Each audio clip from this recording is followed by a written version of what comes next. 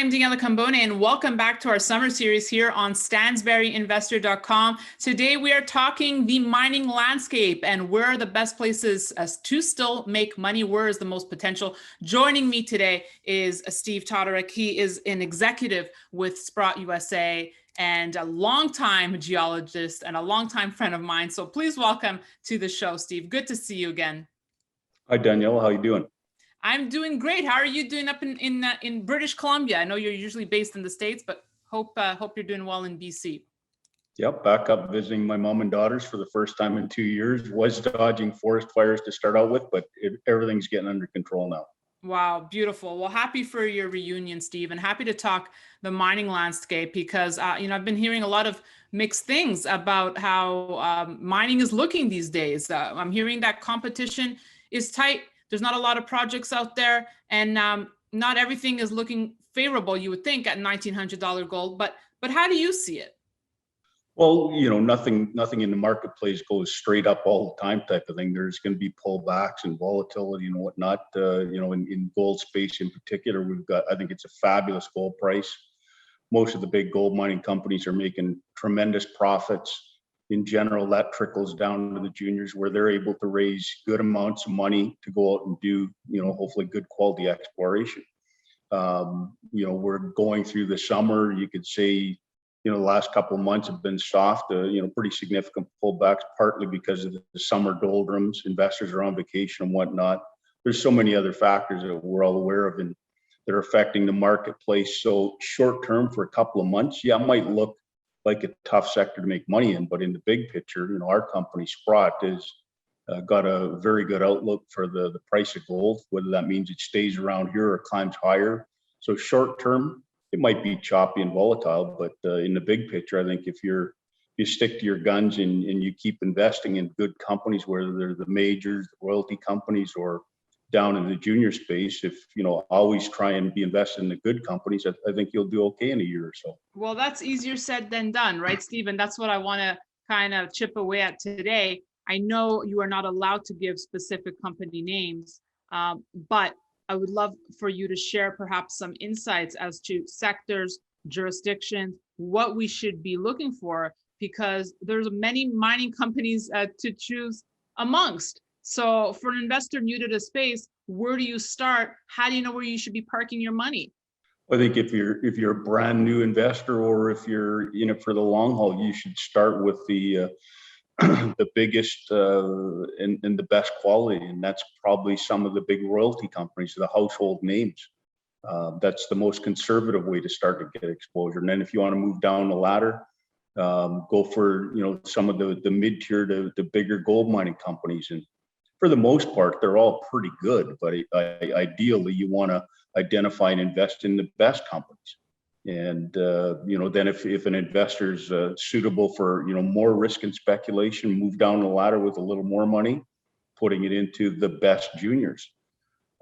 In my books, the best of the juniors, the roles of the juniors is to explore finding the new deposits. So you want to try and identify those few companies that look like they've made the best quality new discoveries, and that kind of rounds out a portfolio for you.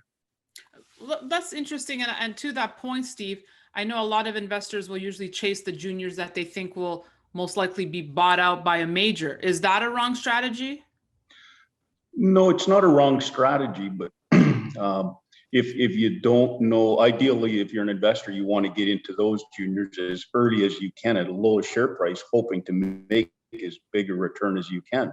That's really difficult if you don't know what you're doing in this space. If you're not a geologist or you don't have somebody helping you with your investments, it's pretty easy to identify which juniors made those good-looking discoveries 1, 2, 3, 5 years ago, and you get into them at a higher price.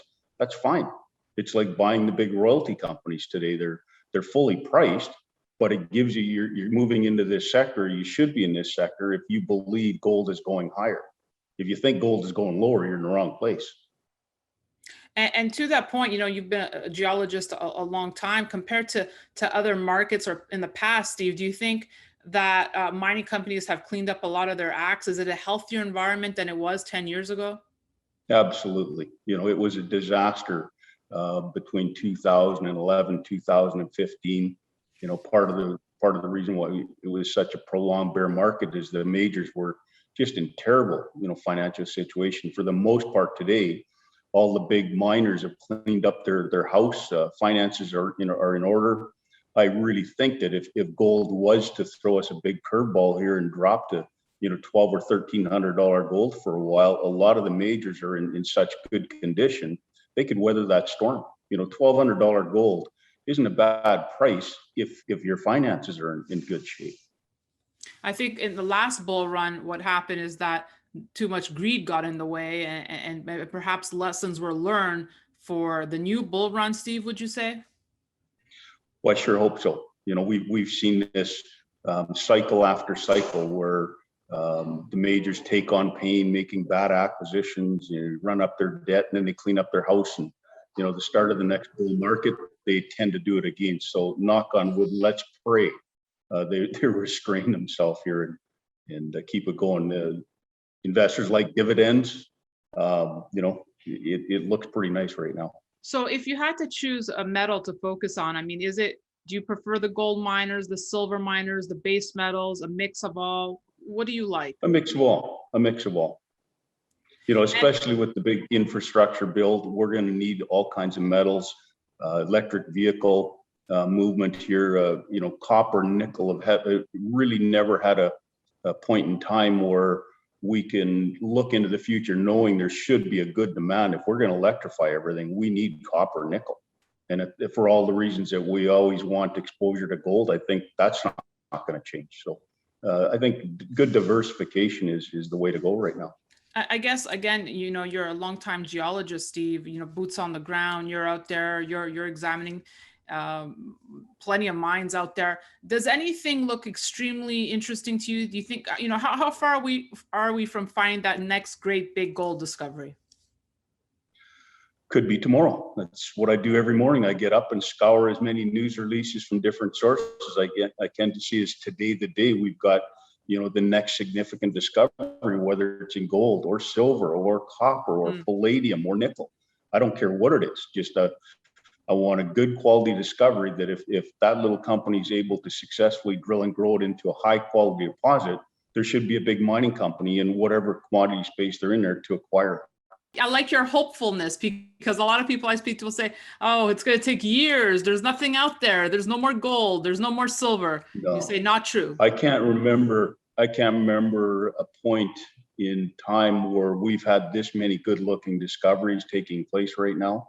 If an investor is able to get into that early on, and that's a hard feat to accomplish if you don't know what you're looking at. If you're not a geologist or if you don't have that help. But places like Western Australia right now, we've had a good number of new high quality discoveries. It's like, what's up with Western Australia? The number of discoveries out there. Right. Most North Americans don't pay attention to Australia. I'm really surprised. It takes extra work and effort, and you got to stay up late at night when their market's open sometimes to keep an eye on, or if you want to talk to their management, it's not that hard. So true. I did a show once in Australia, and I was just blown away by the quality of the companies over there. So absolutely true. Steve, thank you so much. I guess just final thoughts for investors watching and who are interested in entering the mining universe here. Be careful. Like I can't stress it enough. Get some help if you want exposure in the sector, especially the juniors. The big companies are easy. You don't need a lot of help. It doesn't take rocket science. But if you're an investor and think it's easy making money in the juniors, you're in for a rude awakening. You've got to have some help, and it's not that hard. You got to do your homework. Just to the point, you brought up that you've never seen this kind of landscape before with these desirable projects. Do you think it has to do with the fact that there's just better technology today and we're able to pinpoint where those deposits are? Or there's just more exploration that's happening today? What is lending to that environment? Science is the way of the future in the mining industry. For the most part, we found most of the easy deposits that are close to surface. There's lots of deposits to find out there in the world, but they're deeper and they're getting deeper.